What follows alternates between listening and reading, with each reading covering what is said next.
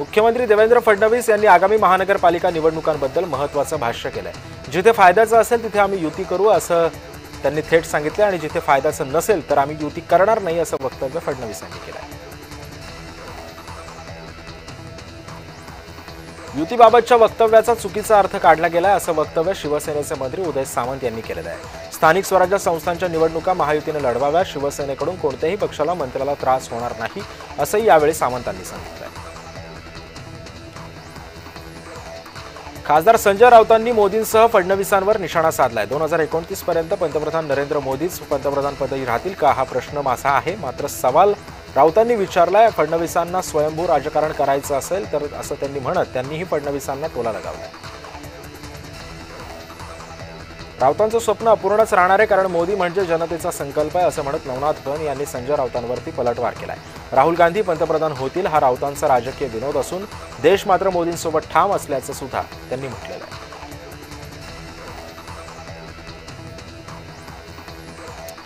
शेतकऱ्यांना मदत करा अन्यथा निवडणुका होऊ देणार नाही असा इशारा मनोज जरांगे पाटील यांनी दिलेला आहे। तर शेतकरी संघटनेच्या नेत्यांना अंतरवाली सराटीमध्ये बोलवणार आणि मोठं आंदोलन उभारणार असल्याचंही जरांगे यांनी म्हटलेलं आहे। रवींद्र धंगेकरांनी एक्स अकाउंटवरील शिवसेनेचा कव्हर फोटो हटवलाय। त्याऐवजी पुणेकर फर्स्ट आणि सत्यमेव जयते असं लिहिलेला एक कव्हर फोटो लावलेला आहे। मात्र त्यांनी आपल्या प्रोफाईलमधील शिवसेना महानगर प्रमुख पुणे ही ओळख मात्र कायम ठेवली।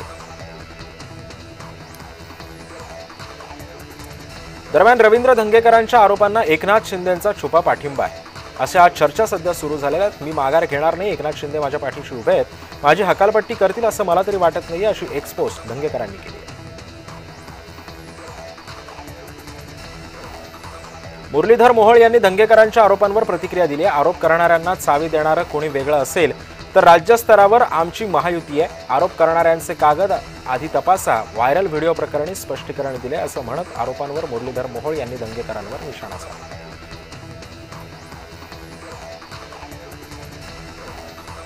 पुण्यामध्ये मोहोळ आणि धंगेकर यांच्यामध्ये व्हिडिओ वॉर रंगलाय। मोहोळ यांचा घर विक्रीचा जाहिरात करतानाचा व्हिडिओ धंगेकरांनी ट्विट केलाय, तर धंगेकरांचा कापड विक्री दुकानाचा व्हिडिओ सध्या समोर आणलाय।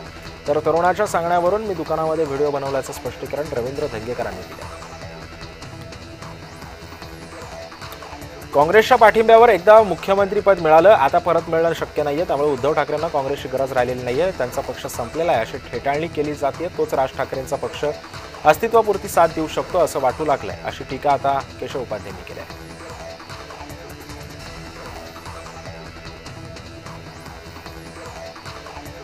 भंडारा जिल्हा आणि बेला या परिसरामधील 150हून अधिक जणांनी आमदार नरेंद्र भोंडेकर यांच्या उपस्थितीमध्ये शिवसेनेमध्ये प्रवेश केलाय।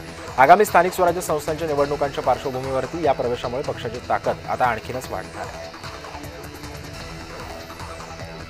नागपूर जिल्ह्यामध्ये काँग्रेसला वगळून भाजप विरोधी आघाडी स्थापन करण्याचा प्रयत्न शरद पवार गटाकडून सुरू आहे। सेक्युलर पक्षाला एकत्रित करून येणाऱ्या निवडणुकीला सामोरं जाण्याचा प्रयत्न असल्याचं सुद्धा जिल्हाध्यक्ष प्रवीण कुंटे यांनी म्हटलेलं आहे।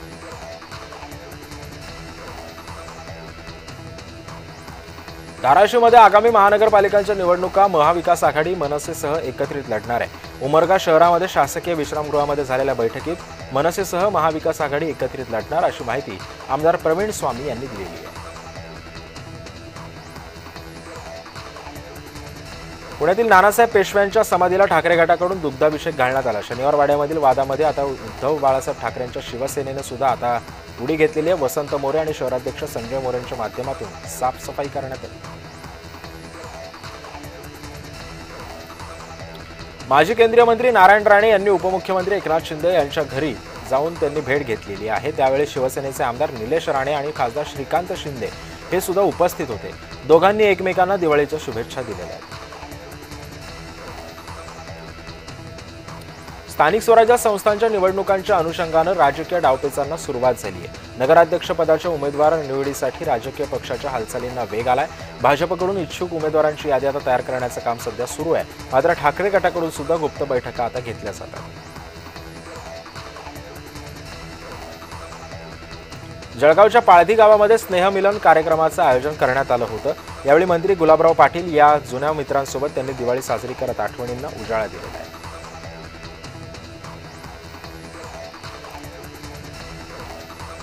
भाऊबीजेच्या दिवशी मनसे अध्यक्ष राज ठाकरे आणि उद्धव ठाकरे हे पुन्हा एकदा एकत्रित आले। राज यांची सख्खी बहीण जयजयवंती ठाकरे देशपांडे यांच्या घरी भाऊबीज पार पडली।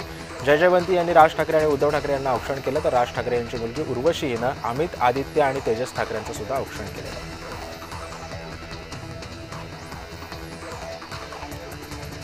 20 वर्षांनंतर मराठी भाषेसाठी एकत्रित आलेल्या ठाकरे बंधूंच्या वाढत्या भेटीगाठींमुळे आगामी महानगरपालिकांच्या निवडणुकीकडे सध्या सर्वांचेच लक्ष लागले। ठाकरे बंधूंच्या भेटीगाठी अजूनही सुरूच आहेत, त्यामुळे आता युतीची घोषणा कधी होणार याची सर्वांना उत्सुकता लागलेली आहे। खरी दिवाळी साजरी केली, ठाकरेंच्या भगिनी जयजयवंती देशपांडे यांची प्रतिक्रिया सध्या पुढे आलेली आहे। बहिणीसाठी भाऊ काय असतो हे शब्दात सांगता येणार नाही, जयजयवंतींनी ही माहिती दिली आहे।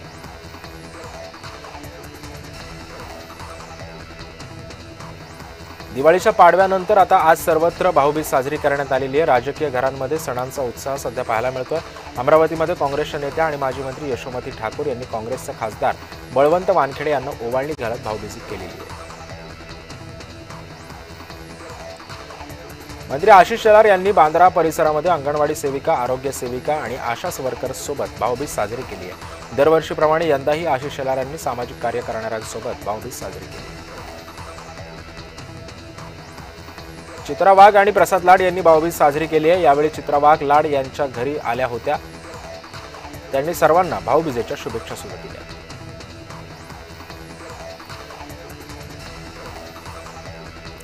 भाऊबीजेच्या सणानिमित्तानं मंत्री भरत गोगावले यांना मतदारसंघातील आदिवासी महिलांनी ओवाळले। यावेळी गोगावलेंनी महिलांना भेटवस्तू सुद्धा दिली।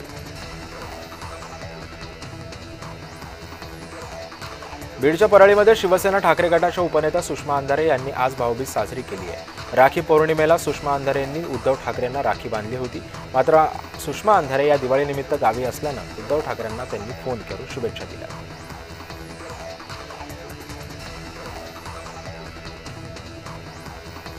क्रीडा मंत्री माणिकराव कोकाटे यांची भाऊबीज मोठ्या उत्साहात पार पडली। नाशिकच्या सिन्नर तालुक्यातील सोमाटणे या गावी सख्या चुलत मावस अशा 27 बहिणींनी कोकाटेंचं औक्षण केलंय।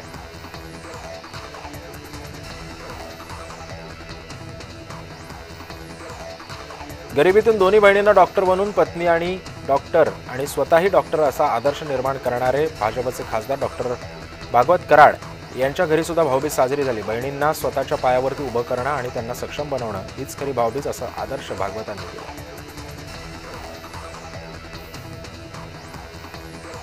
बडनेराचे आमदार रवी राणा यांनी भाऊबीज निमित्त चंचल शिंदे या महिलेला ई-रिक्षेचं वाटप केलेलं आहे। तसंच रवी राणा यांनी ई-रिक्षा सुद्धा चालवली। यावेळी रवी राणा यांनी मतदारसंघातील बहिणींना भाऊबीजेच्या शुभेच्छा दिल्या।